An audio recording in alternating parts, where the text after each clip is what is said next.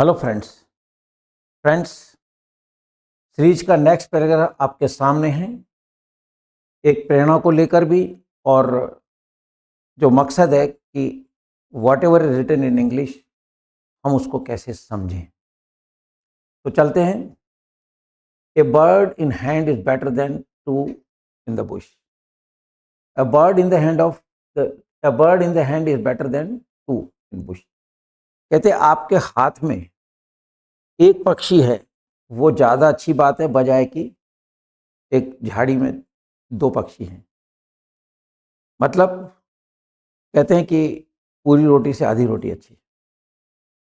कहने का सार ये है ना, कि something is better then nothing, कि हम पूरी रोटी के चक्कर में आधी भी छोड़ देते हैं।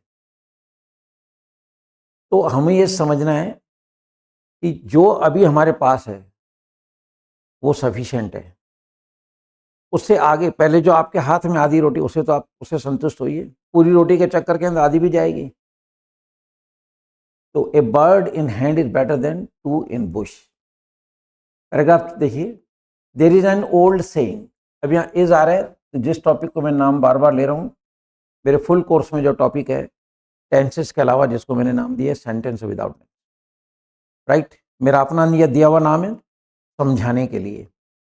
लेकिन जब हम इंग्लिश बोलेंगे तो हमें ना तो टेंस के नाम बोलने होते हैं, ना और कुछ बोलना होता है। हमें तो सेंटेंस बोलने होते हैं, और सेंटेंस मतलब बोलने होते हैं, और सेंटेंस बनाने आना चाहिए। उसका कंस्ट्रक्शन स्ट्रांग होना चाहिए, वोकैबुलरी आनी चाहिए, गोन स्पीकिंग। तो ये कहता है कि there is an old saying, एक पुरानी कहावत है। अब देखो, ये विदाउट टेंस में जा रहा है।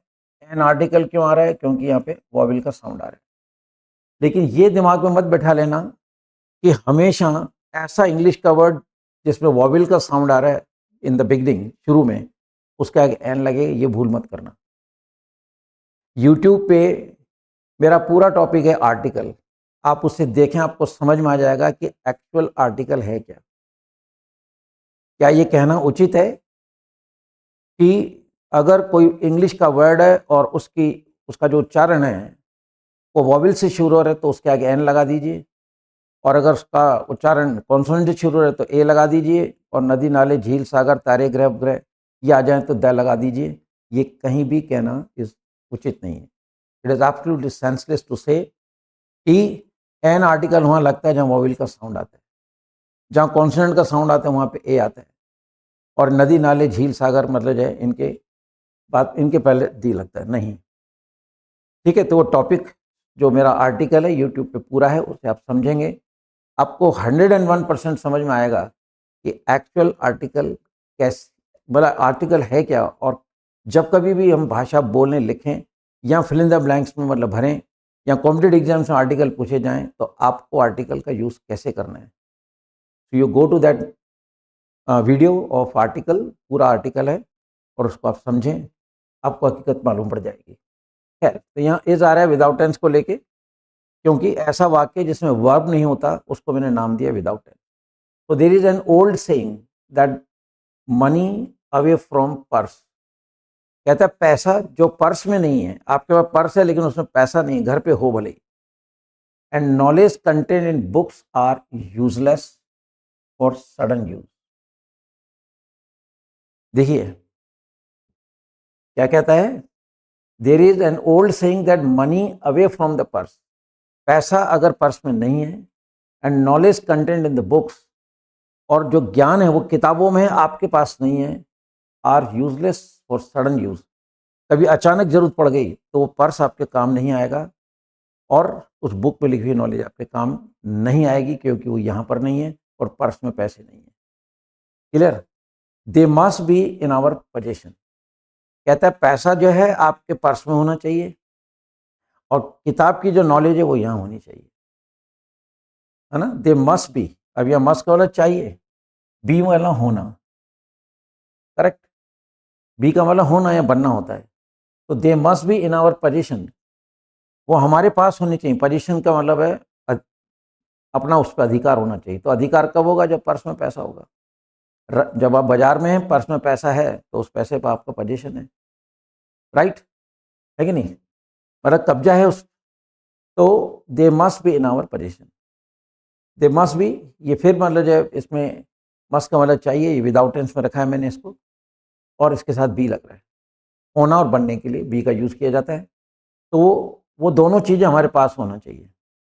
पर्स में पैसा होना चाहिए और किताब का नॉलेज यहाँ होना चाहिए। In the same way a bird caught alive by a hunter, कहता है कि इसी तरह in the same way a bird caught alive by a hunter, कोई शिकारी है, उसने एक पक्षी जिंदा पकड़ा, is much better than two to be shot dead in the bush. एक झाड़ी पे उसने दो पक्षी मारे और वहीं अटक गए, उससे बढ़िया है कि एक पक्षी उसके हाथ में था, उसे संतुष्टि रखनी है। यानी पूरी रोटी के चक्कर में आधी रोटी नहीं गंवानी है। क्लियर? इन्होंने एग्जाम्पल दिया है, in the same way a bird caught alive by a hunter, एक हंटर ने जिंदा पक्षी पकड़ लिया, is much better than the two to be shot dead in the bush. झाड़ी में जो है उनको मार दिया लेकिन वो वहीं रह गए, उसके हाथ में तो आए नहीं। तो जो हाथ में उसकी परवाह करनी है, which is not in our possession, sorry, है ना, dead in bush. There is no surety of getting a thing which is not in our possession presently. कहता है देर इज नो श्योरिटी, कोई श्योरिटी नहीं है। ये फिर विदाउट टेंस का सेंटेंस है। आप कहेंगे सर इज आ रहा है, आईएनजी तो आ ही नहीं रहा है। मोस्ट ऑफ द स्टूडेंट ये कहते हैं इज आ गया तो आईएनजी आना चाहिए, क्योंकि उनके माइंड के अंदर is M R V plus ING भर दिया जाता है और वो निकालना मेरे लिए बहुत मुश्किल हो जाता है। इसलिए सब कुछ क्लीन करके नए सिरे से अगर हम शुरू करें तो मंजिल बहुत जल्दी मिल सकती है। ठीक, तो देर इज नो श्योरिटी, कहता कोई श्योरिटी नहीं ऑफ गेटिंग थिंग, कि आपको वो चीज़ मिल जाए, which is not in our position presently. जो चीज़ हमारे पास है ही नहीं अभी, वो आपको मिल जाए संभव ही नहीं है। लेकिन जेब में पैसा है, मिली हुई है। आपके पास बुक की नॉलेज यहाँ है, मिली हुई है, फिर आप उसे यूज़ कर सकते हो। तो ये यही कहना चाह रहा है कि there is no surety of getting a thing which is not in our position presently. इस समय जो हमारे पास नहीं है वो हमारे पास नहीं है। ठीक, हेंस, इसलिए we should always prefer an ordinary thing.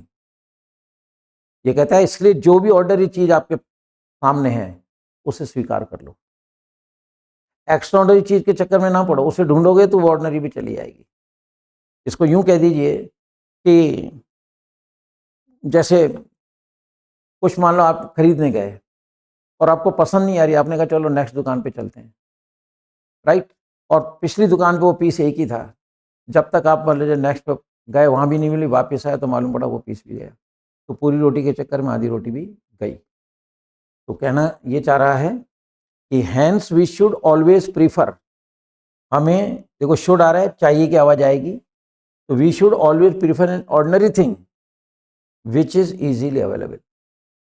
कहता है जो ऑर्डिनरी चीज है जो अवेलेबल है उसको ले लो आप, available to an extraordinary thing. उस एक्स्ट्राऑर्डिनरी मतलब जो एक्स्ट्राऑर्डिनरी चीज है उसको पाने के चक्कर में नहीं जा करके ऑर्डिनरी चीज है उसे आप ले लीजिए, विच में और मे नॉट बी अवेलेबल। जिस एक्स्ट्राऑर्डिनरी चीज के चक्कर में आप घूम रहे हैं हो सकता है मिले ही नहीं, और लौट के देखा तो जो ऑर्डिनरी चीज थी वो भी गई। तो कुल मिला के सार ये है कि a bird in hand is better than two in the bush. यानी जो आपके पास आज है उसकी वैल्यू को समझो, ठीक है, उससे ज़्यादा पाने की वैल्यू के चक्कर के अंदर जो आज है उसे भी खो बैठो। तो फ्रेंड्स आप देख रहे हैं कि ये जो पैराग्राफ है इंस्पिरेशनल भी हैं, और मेरा जो मकसद है इन पैराग्राफ की हिंदी बताने का वो ये है कि एक ही प्रॉब्लम है स्टूडेंट्स को कि सर कॉम्पिटिटिव एग्जाम्स में जो इंग्लिश का पोर्शन है वो कैसे हम अटेम्प्ट करें, उसको हम कैसे क्लियर करें। तो फ्रेंड्स देखिए, ये कभी संभव नहीं होगा जब तक आपके जो सेंटेंस कंस्ट्रक्शन है वो बहुत ज़्यादा अच्छा नहीं है। यानी कि आपको हर हिंदी के सेंटेंस की इंग्लिश बनाने आनी चाहिए, वोकैबुलरी आपकी रिच होनी चाहिए, प्रॉपर यूज़ आना चाहिए, कॉन्सेप्ट क्लियर होने चाहिए। जहाँ आर्टिकल लगना हुआ आर्टिकल लगे, जहाँ एल वाई लगना हुआ एल वाई लगे ना। अब श्योर और श्योरिटी दो शब्द है ना, है? ये कॉट आ रहा है, बर्ड कॉट। अब यहाँ जो कॉट है ये थर्ड फॉर्म नहीं है, एडजेक्टिव है ये। जनरल आदमी से कहेगा कि ये थर्ड फॉर्म है, नो। एक इसकी हिंदी करिए आप देखो, in the same way a bird caught alive, पकड़ा हुआ, जिंदा पकड़ा हुआ। जब थर्ड फॉर्म की हिंदी करोगे और वहाँ हुआ, हुई, ये 3 आवाज़ें आएंगी, उस समय वो दिखने में थर्ड फॉर्म है पर वो शब्द थर्ड फॉर्म नहीं है, एक्चुअली दैट इज एडजेक्टिव, जिसे हम पास्ट पार्टिसिपल कहते हैं। तो वर्ड टू वर्ड अगर आपको जाना है तो फिर आप फुल कोर्स की तरफ जाएं और एक बार अच्छा सा मतलब समय निकाल कर, मन बनाकर और इंग्लिश से छुटकारा पाएं। This words, good by two all of you, जय हिंद।